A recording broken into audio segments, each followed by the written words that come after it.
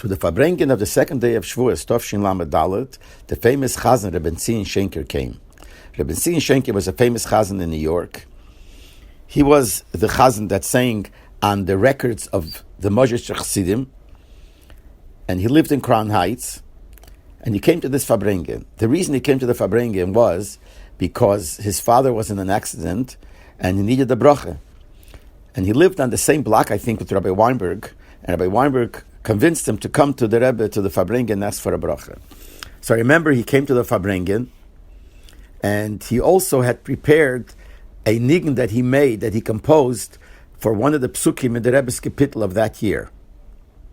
That year, the Rebbe's Kapitel was Kapitel Ayin Gimel, so he prepared and made a Nigun on the last posuk, which is Vani Kirvas Elikim Li Toiv. And he came to the Farbrengen, and I believe that the Rebbe was told before that he's going to come, I'm not sure, and he sang the Nigun, made a solo of the Nigun, the way he made it, and the Rebbe was listening very carefully, and then the Rebbe made with his hands, and everybody sang along with him. This is a new Nigun on this posuk, even though there was other Nigun on this kapitel, but he made this Nigun, and they sang it, and the Rebbe made with his hands a little bit that people should sing along, and people sang along. And when he asked the Rebbe for a bracha, the Rebbe answered L'chaim v'livrocha, but I remember looking at it, it was strange that the Rebbe didn't really give him a complete, strong bracha. But Leibel Mamish, what happened later, I think his father had passed away not long after that. But this Nigun that he's saying, even though B'Shas Maaseh, at the time when it was sung by the Farbrengen, the Rebbe made it people should sing along, and we thought maybe this is going to become another Nigun for this kapitel, and the Rebbe will ask to sing it sometimes throughout the year. But Leibel, never again did the Rebbe ask to sing this Nigun, which seems like maybe it wasn't niskabel 100% by the Rebbe or some other reason. But Leibel, this Nigun never became a Nigun of Lubavitch on this posuk of this kapitel.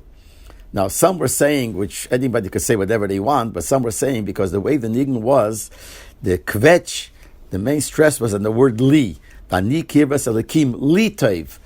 And we learn in Chassidus that even though there is a madrege, and it's a very high madrege for a person to feel that to be close to Hashem is good for him, but that's not really the highest madrege. The highest madrege is when you don't care about yourself. And kirvas elikim toiv, it's good to be close to Hashem. Not because it's good for me, because the moment you think of good for me, automatically you care about yourself more than about caring about being close to the Eibishter. You just feel it is good for you. And the way he made the Nigun, the kvetch was unleashed. So some people said maybe that's the reason the Rebbe didn't really accept it 100% that it should become one Amar Nigunim, but who knows the reason. But this is what happened.